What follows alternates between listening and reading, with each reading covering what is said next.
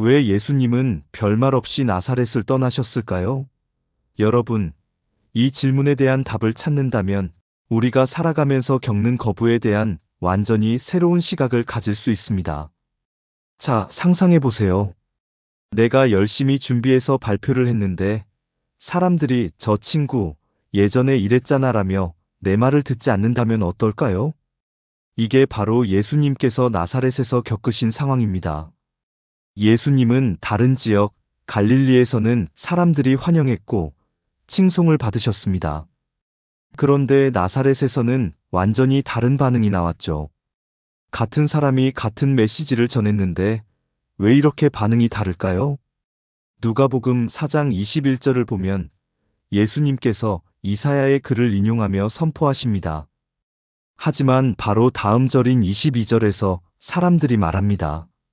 저 사람 요셉의 아들 아니야? 이 말이 의미하는 바가 뭘까요? 그들은 예수님을 과거의 경험으로만 해석했습니다. 예전에 목수였던 그 사람, 동네에서 자라던 그 아이로만 본 것이죠. 그런데 이런 시선이 우리가 살아가면서도 흔하게 경험하는 일이라는 거 여러분도 느끼시죠? 우리가 성장하고 변화해도 어떤 사람들은 여전히 과거의 기준으로 우리를 판단합니다. 그럴 때 우리는 어떻게 해야 할까요? 예수님처럼 조용히 떠나야 할까요? 아니면 끝까지 설득해야 할까요? 오늘 이야기는 여기서 마무리되지만 진짜 중요한 질문은 바로 다음에 이어집니다. 거부당하는 순간 우리는 어떻게 반응해야 하는가? 예수님의 행동에서 우리는 어떤 깨달음을 얻을 수 있을까요? 지금부터가 진짜 핵심입니다. 혹시 이런 사람 주변에 있지 않나요? 맨날 내가 예전에 말이야 하면서 과거 무용담만 줄줄이 풀어놓는 사람. 그런데 여러분, 이게 단순한 추억 이야기가 아니라면 어떨까요? 혹시 이게 그 사람의 현실을 왜곡하고 발전을 가로막는 무서운 함정이라면요? 자, 오늘 이야기할 주제는 바로 과거에 갇힌 사람들입니다. 우리가 흔히 지나가는 말로 그때가 좋았지라고 하지만 사실 어떤 사람들은 단순한 향수를 넘어서 과거 속에 완전히 갇혀버린 상태일 수도 있어요. 현실은 계속 변하고 있는데 그 사람의 내면은 여전히 과거 속에 머물러 있다는 거죠. 한번 이런 경우를 생각해 보세요. 나이는 들어도 말과 행동은 여전히 10대, 20대 시절에 멈춰 있는 사람들. 가끔 보면 어떤 분들은 요즘 세상의 흐름을 전혀 이해하지 못하고 예전 방식 그대로 살아가려고 합니다. 그리고 그걸 당연하게 여기죠. 심지어 자랑스럽게 이야기하기도 해요. 나 때는 마리아라는 말을 입에 달고 사는 사람들, 주변에 한두 명씩 꼭 있죠. 이런 분들의 특징이 뭘까요? 바로 과거의 성공에 머물러 있다는 점입니다. 한때 잘 나갔던 경험이 있으면 그게 마치 영원히 유효한 것처럼 착각하는 거죠. 그래서 현재를 제대로 바라보지 못합니다. 그 결과 시간이 지나도 성장하지 못하고 같은 자리에 머물러 있게 돼요. 이게 왜 문제일까요? 현실은 계속 변하기 때문입니다. 시대가 바뀌고 가치관이 바뀌고 사회가 달라지는데 나만 과거에 멈춰 있다면 어떻게 될까요? 당연히 주변 사람들과의 관계도 삐걱거리기 시작합니다. 특히 오랜만에 고향을 찾았을 때 어릴 적 친구들과 어색해지는 경험 한 번쯤 해보셨을 거예요. 분명 예전엔 죽고 못 살던 사이였는데 어느새 대화가 잘 안 통하고 뭔가 거리감이 느껴지죠. 왜일까요? 나는 여전히 예전 기억 속에 살고 있는데 상대방은 이미 변화했기 때문이에요. 이건 부모-자녀 관계에서도 나타납니다. 부모님은 여전히 자식을 어릴 때 모습 그대로 기억하고 자식은 이미 성장해서 새로운 삶을 살아가고 있죠. 그런데 부모님이 자녀의 현재 모습을 인정하지 않고 과거의 기준으로만 대하려 한다면 당연히 갈등이 생길 수밖에 없습니다. 그렇다면 과거에 갇히지 않으려면 어떻게 해야 할까요? 그리고 변화하는 세상 속에서 나 자신을 지키면서도 성장하는 방법은 무엇일까요? 이제 본격적으로 이야기해 보겠습니다. 집중하세요, 여러분. 이거 놓치면 후회할 수도 있어요. 예수님께서 하신 말씀, 그 안에 숨겨진 메시지, 그리고 나사렛 사람들이 왜 그렇게 분노했는지까지. 오늘 이 이야기 진짜 흥미진진합니다. 그냥 지나치기에는 너무 아까운 내용이니까 끝까지 함께 해주세요. 자, 먼저 예수님께서 사렙다 과부와 수리아, 나아만의 이야기를 언급하신 이유부터 짚어볼까요? 이게 그냥 옛날 이야기가 아니거든요. 이게 왜 중요한지 알면 성경을 보는 눈이 완전히 달라집니다. 그 시대, 이스라엘 백성들은 하나님을 믿는다고 했지만 실제로는 불순종하며 살고 있었어요. 그런데 정작 하나님의 기적과 은혜를 받은 사람들은 누구였을까요? 바로 이방인이었습니다. 사렙다 과부는 이스라엘 사람이 아니었고 나아만 역시 수리아 사람이었죠. 그런데도 하나님께서 그들을 돌보셨습니다. 이 말은 곧 하나님의 구원이 혈통이나 민족에 묶이지 않는다는 뜻입니다. 여기서 잠깐, 이 이야기가 나사렛 사람들에게 어떻게 들렸을까요? 그들은 자신들이 하나님의 특별한 백성이라고 자부했는데 예수님께서 하나님의 구원은 너희만을 위한 것이 아니다라고 말씀하신 거예요. 그러니 자존심이 상할 수밖에 없었겠죠. 비슷한 이야기가 세례 요한에게도 있었습니다. 사람들이 아브라함의 자손이라는 이유만으로 특별한 대접을 받을 거라고 생각했지만 세례 요한은 이렇게 말했습니다.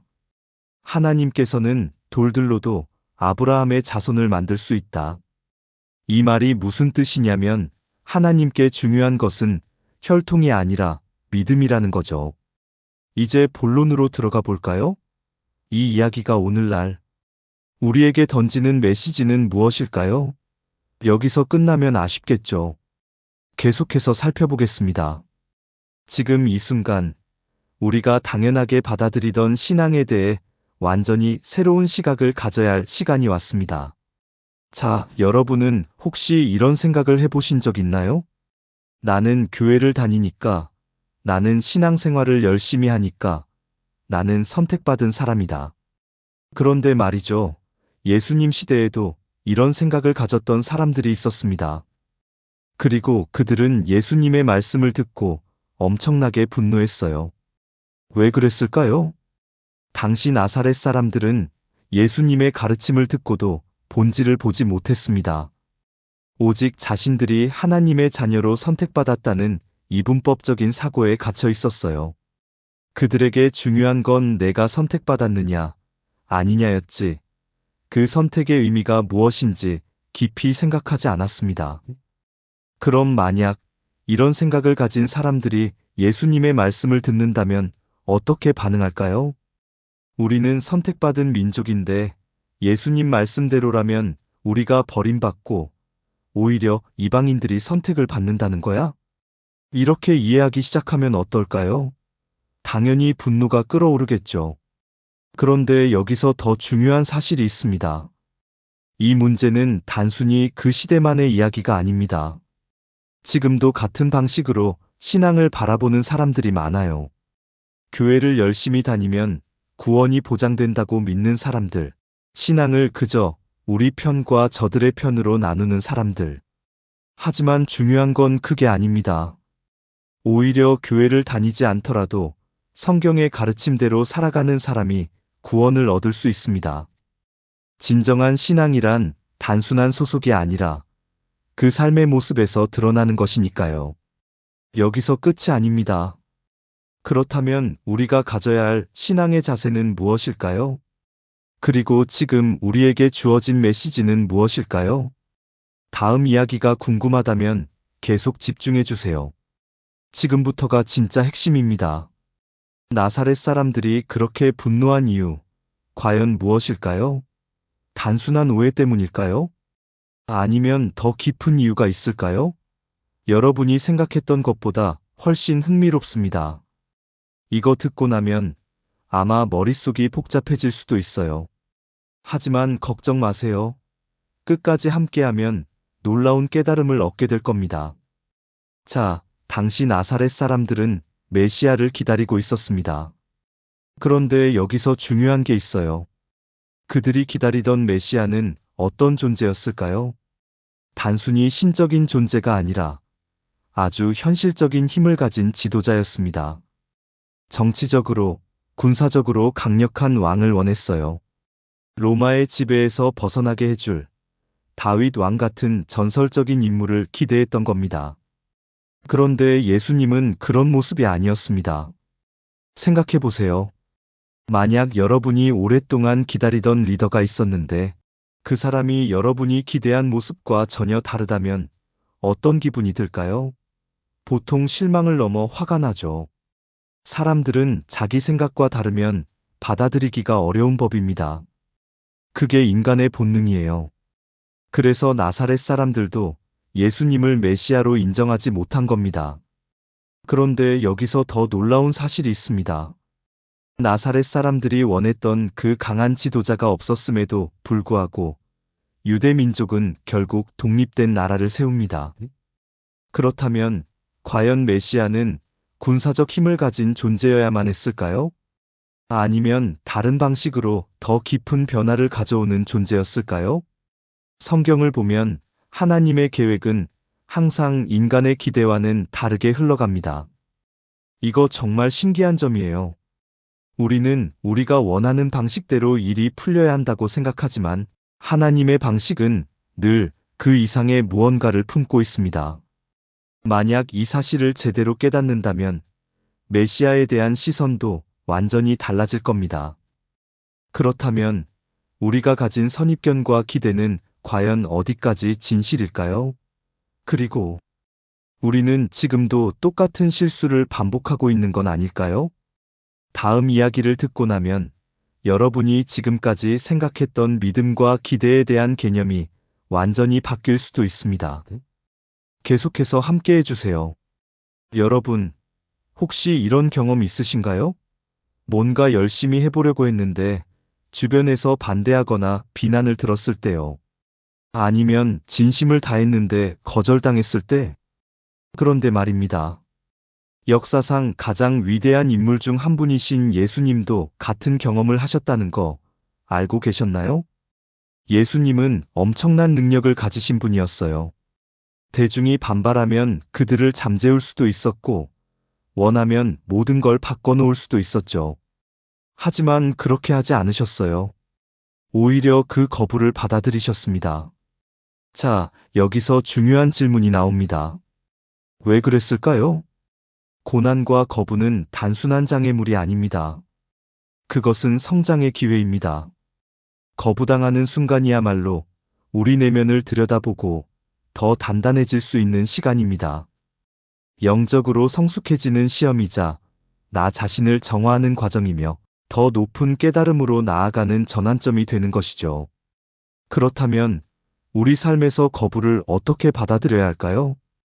그리고 그것을 성장으로 바꿀 수 있는 방법은 무엇일까요? 지금부터 함께 이야기해 보겠습니다. 한 가지만 묻겠습니다. 혹시 이런 경험 해보셨나요? 뭔가 용기를 내서 도전했는데 거절당하고 무시당하고 심지어는 비웃음까지 당했던 순간 진짜 화나고 억울하고 자신감까지 바닥을 치는 그 기분 아시죠? 근데 말이죠. 이 거절이 사실은 여러분이 더 높은 곳으로 올라가기 위한 필터일 수도 있습니다. 오히려 지금보다 더 강한 사람이 되라는 신호일 수도 있어요. 세상은 우리를 쉽게 받아들이지 않습니다.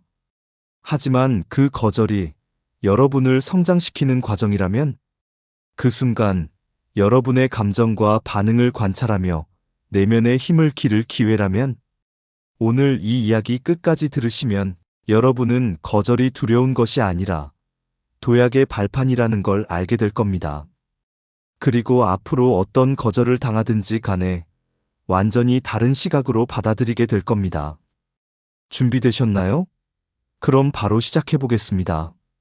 자, 우리가 거부를 당할 때 대부분 부정적인 감정을 먼저 떠올립니다. 상처받고 자존심이 무너지고 나는 안 되는구나 하고 쉽게 포기하죠. 그런데 말입니다. 예수님도 이 땅에서 거부를 당하셨습니다. 단순한 거절이 아니라 조롱당하고 배신당하고 심지어는 십자가에 못 박히기까지 하셨죠. 그런데 예수님은 그 모든 거절을 어떻게 받아들이셨을까요? 예수님은 거부 앞에서도 결코 흔들리지 않으셨습니다. 왜냐하면 자신의 사명이 확고했기 때문이죠. 이게 바로 핵심입니다. 여러분이 확고한 목표와 사명을 가지고 있다면 거절이 두렵지 않습니다. 오히려 거절당할수록 더 강한 의지를 갖게 됩니다. 거절은 내가 틀려서가 아니라 내 길을 더 분명하게 해주는 필터일 뿐이에요. 그럼 우리가 해야 할 일은 뭘까요? 첫 번째, 거절을 성장의 기회로 삼는 것입니다. 거절을 당할 때 감정적으로 반응하는 것이 아니라 이 거절을 통해 내가 배울 점이 무엇인가? 를 먼저 생각해 보세요. 그렇게 한다면 여러분의 내면이 더욱 강해질 것입니다. 두 번째, 거절 앞에서 나 자신을 깎아내리지 않는 것입니다. 거절을 당했다고 해서 여러분의 가치가 줄어드는 게 아닙니다. 오히려 나는 더 큰 사명을 가진 사람이다라는 확신을 가져야 합니다. 거절은 네가 작아서가 아니라 네가 더 커져야 할 사람이기 때문입니다. 세 번째, 하나님의 계획 속에서 거절을 바라보는 것입니다. 우리가 볼 때는 문이 닫혔다고 생각할 수 있지만 사실 하나님께서는 우리를 더 좋은 길로 인도하시기 위해 지금 이 길을 막으신 것일 수도 있습니다. 그러니까 거절당했을 때 절망할 필요가 없어요. 오히려 기대하세요.